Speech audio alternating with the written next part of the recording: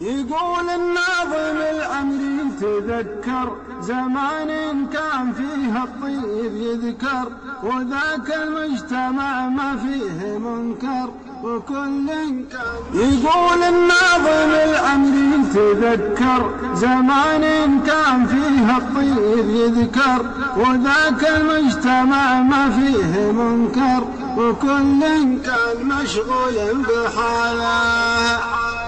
عسى الله يسقي أيام البساطة زمان ما تلوث بالوساطة وكان الجار بالجار ارتباطه وكان الوصل ممدوده حباله وكانوا في منافعهم سوية إذا نادوا بعضهم ما تعيا ولا من قيل هيا قال هيا على درب المكارم والجمال.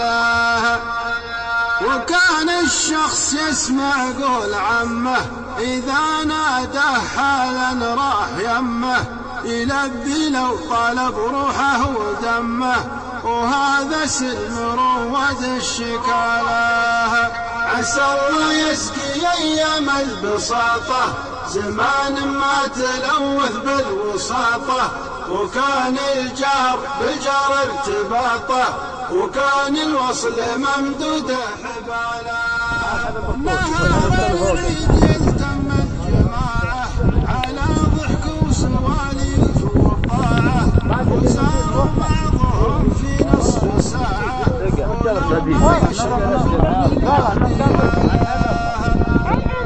وكان الغيث ينزل كل ليلة نار المطلع لنا سلسلة وصارت الأرض الخضرة جميلة وشكل بالله خلنا هذا غرب وهذه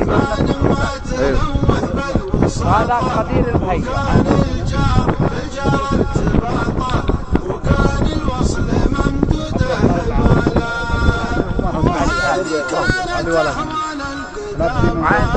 استسقوها طلوا ابن الغمامة عليهم يا رب مني سلامة عدد من يذكر الله بابتهاله.